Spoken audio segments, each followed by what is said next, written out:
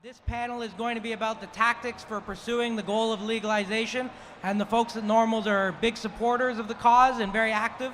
So if you hear something you like and you want to get involved, certainly one of the stops on your way out of here today should be the NORML Canada booth. So I'd like to start by introducing our panel of speakers we have today. On my far left we have Keith Stroup, who's the founder of NORML in the United States, and who has been very successful in helping out in the state campaigns that I'm sure everybody is aware of, and that I've been told there's more interesting campaigns going on, so I look forward to hearing from him. To my next, we have Larsen. He's been involved in the legalization movement for quite some time now. He's a frequent writer on the Huffington Post. I'm sure some of you may have seen him writing there. I always love to see your articles pop up. And very importantly, he's been the founder and the driving force behind Sensible BC, which we'll hear a bit more about, and that's the provincial campaign in British Columbia to start moving our laws towards a more rational and equitable way of regulating marijuana. To my left here we have Gillian Maxwell, who's the co-founder and executive member of the Canadian Drug Policy Coalition, a group that's just doing tons of great work and building support across a broad variety of associations to move towards better and more rational regulation of all drugs, cannabis included. And to my right, we have a good friend of mine, Dan Mulligan. He is a police officer, but we won't hold that against him today. More importantly, why he's here is he is one of the strong members of LEAP here in Canada. That's Law Enforcement Against Prohibition.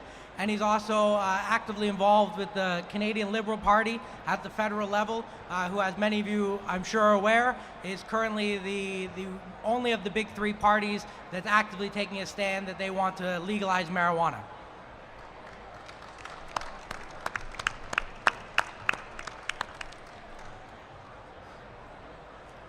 To start out with, I'd like to go around our panelists and talk a little bit about the organizations that they're involved with, what tactics and goals that they have for their group, and what's been working and what hasn't been working, and hopefully we can all take away some good lessons learned and apply that to our own projects, campaigns, and the initiatives that we're involved with locally to pursue legalization.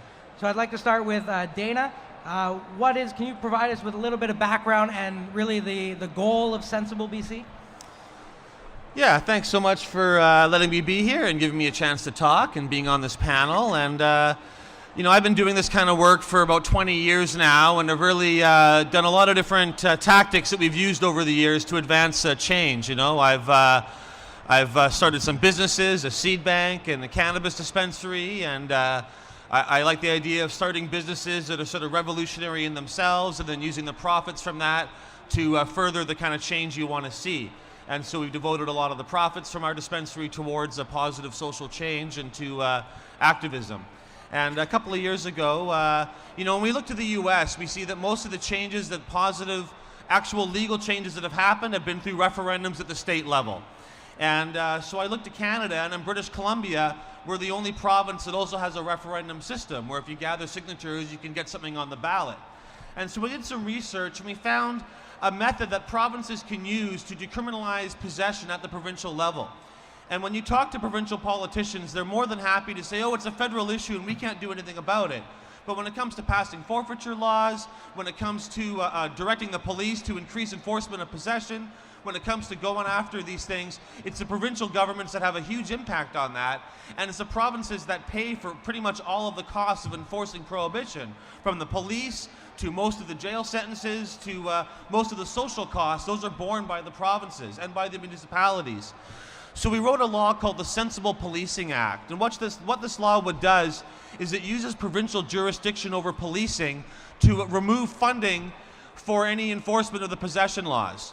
And really, provinces have done this kind of thing before. When we had the gun registry issue in Canada, we had 8 provinces instruct their attorneys general not to enforce the possession law against an unregistered long gun, and to essentially ignore an otherwise law-abiding citizen who happened to have an unregistered long gun. So we wanted the same kind of policy towards marijuana possession. We know that decriminalizing possession is not the final step, but it will be a huge improvement for any province to say, we don't want to waste police resources bothering people for marijuana possession anymore. We're going to make that the lowest police priority. And really, around the world, we've seen that although these are federal laws, it's cities and then states or provinces that really are the ones that are the first ones to change it. You know, before California legalized medical marijuana, San Francisco effectively legalized marijuana in the city level. And before Colorado and Washington legalized marijuana, Seattle and Denver made it the lowest police priority and effectively decriminalized it at the municipal level. And we see in Vancouver where marijuana possession is a very low enforcement and where they've effectively decriminalized cannabis dispensaries despite the federal law. So Sensible BC was the focus at the provincial level. So we wrote this law and we launched a campaign to start gathering signatures. Now it's very, very difficult to get on the ballot in British Columbia. It's far, far more difficult to get on the ballot in BC than any American state that has a referendum system. We gathered over 200,000 signatures, which would have, as a proportion of our population, gotten us on the ballot in Washington, would have more than qualified in Colorado. But in BC, it got us about halfway, 2/3 of the way there, depending how you look at it. It's a very, very difficult system. BC is the only one where you have to have 85 different forms for the people to sign. They have to sign the right one for their district. So if you're collecting signatures in Colorado, you got one form. In BC, you got to have 85 forms on hand, figure out where the person lives, and get them the right form or the signature doesn't count. And we were able to get 200,000 signatures and build quite an organization. And I will say that one of my best ideas in that campaign was to launch it about 2 or 3 months before Bob Erb won the lottery. And that was brilliant planning on my part because Bob was able to put in about 2/3 of our funding with $300,000 towards our campaign. And it was about a $500,000 campaign. Without that luck and his generosity, it would have been a very different effort and we certainly wouldn't have had the amount of success that we did. But coming out of the Sensible BC campaign, you know, I wasn't really sure what was going to happen at the end of this, but what we came out of it, you know, we had 4,000 people who registered as volunteers, 200,000 British Columbians signed on board. We had hundreds of media articles, a lot of people who didn't have a lot of experience in front of the cameras or talking to reporters are now the spokesperson for their town about marijuana issues. And when the campaign ended, people weren't despondent or upset about not making it. They wanted to keep going and keep working. And so our office is now busier than ever. Donations are continuing to come in. We've got a database of about 50,000 phone numbers or so and about 25,000 email addresses. People read our stuff, they're excited to hear from us, and they want to give us money, they want to give us their time, and they want to make things happen.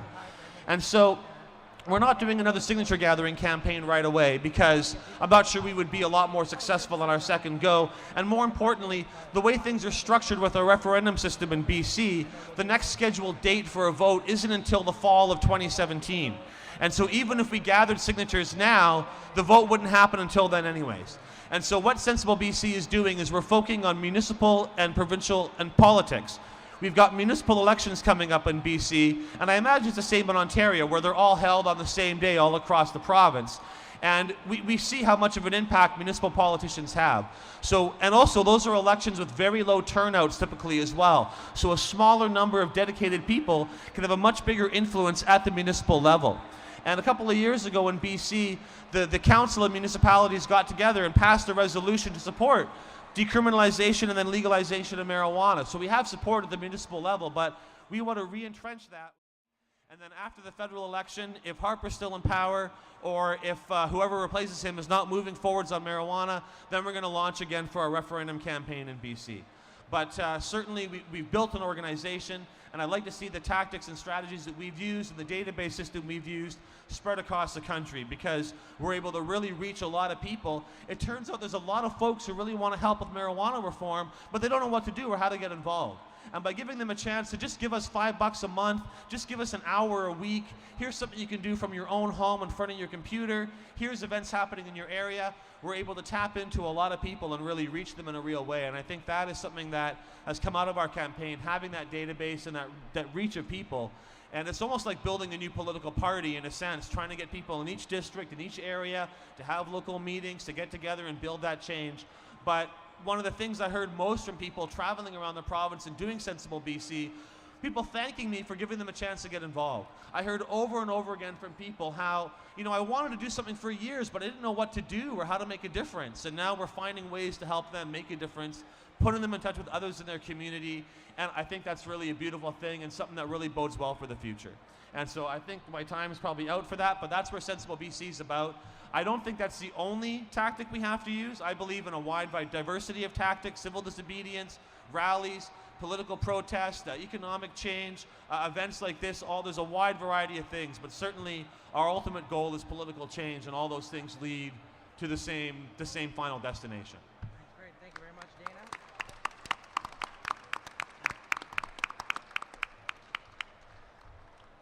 So I'd like to go next to Gillian Maxwell, who works with the Canadian Drug Policy Coalition. If you're like myself, you might not have a full understanding of what exactly these folks do. So I'd love it if you could explain to us not only the goals of the coalition, but also the tactics that the coalition uses to advance those goals, and sort of what we can learn and apply to our own activism from what you're doing. Okay. First of all, I'd like to say how honored I am to be here this afternoon, the very first NORML conference. I congratulate you on getting it started. It's an amazing event. We're really excited to be here. I'm Gillian Maxwell. I don't work for the Canadian Drug Policy Coalition. I'm a co-founder, and I'm a member of the steering committee and executive. And I personally came into this from living in Vancouver in the late 90s, where we had a significant issue, a health issue, drug overdoses and people dying of those, and people with a very high level of HIV. We had actually an HIV epidemic. And so there was a huge desire to do something in this little community called the Downtown East Side in Vancouver, and a group of people, one of them is now the director of the Canadian Drug Policy Coalition, Donald McPhis, and he worked for the city of Vancouver, but many people came together from civil society mixed with government, anybody that we could really bring together to talk about how we could change the point of view, change public opinion about helping people in marginalized communities who are normally viewed as basically throwaway people who inject themselves with heroin. Why should we care about them, kind of thing?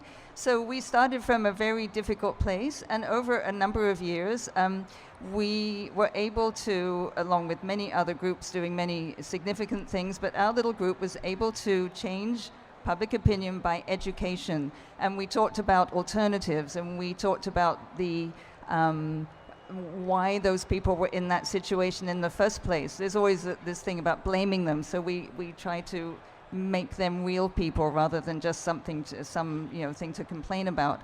And we were successful in 2002. All the people running for the municipal election at that time for mayor all had to support harm reduction, which was the basis of our policies. And the one that was elected, Larry Campbell, went on to open Inside, our supervised injection site, in 2003. So in a few short years, bringing many things to the party, evidence, but also real stories, we were able to turn it around. So the Canadian Drug Policy Coalition was sort of born from that. Some of the members of that group are now founders of CDPC, as we call it. And we decided that, first we take Manhattan, so we've done very well in Vancouver and British Columbia, then to move nationally. So CDPC is a network of organizations. We're a coalition, and we're represented across Canada. And the members, or the people who work with us, maybe run programs in different parts of the country to help people with issues with drugs or with HIV or something or other, mostly based on public health and evidence-based. So we have people who run programs, and we have people who are working to change opinion on things, all to do with drug policy. And it's all to do with all drugs, not just cannabis, because we're looking at changing the point of view and eventually changing how drugs are perceived in Canada towards a more evidence-based public health approach.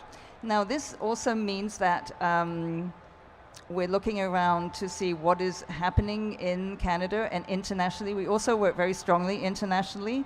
Just so you know, there's a huge movement internationally, globally, to change the laws around drugs. It's not just in Canada, and it's not just about cannabis, it's about all drugs. There are many human rights issues that are violated because we have these prohibition laws around the world. And they're used actually to control people. So it's a very easy sort of way to control groups of people that you don't really want to have too much. You just want to put them somewhere and forget about them, so why not arrest them for drug offenses? So there is a big effort going on in the United Nations to change the laws there. It works at a rather glacial speed, but we're working on it, and there's a huge group that are working on that together. But what Canada, what we see, the Canadian Drug Policy Coalition sees as the opportunities arising is our job is to engage Canadians. So we're kind of the broad mainstream of the community of civil society in Canada. We want to engage Canadians in a dialogue about all of these issues. We actually want to make the issues interesting. We want to tell Canadians why they should care. And so along comes, and for years, you guys have been working diligently and passionately with making the laws change around cannabis. And there's this sort of perfect moment where we're all coming together, which is right now. And it's very exciting. There's many opportunities. And so CDPC welcoming the cannabis community with open arms to say, where can we support you? How can we work together with you? What can we do that will make this thing actually happen? We really do, or I personally believe that cannabis is a gateway drug, and it's a gateway drug to legally regulated cannabis and drugs, and it's the opportunity to really do it well, and that's what we're hoping to support.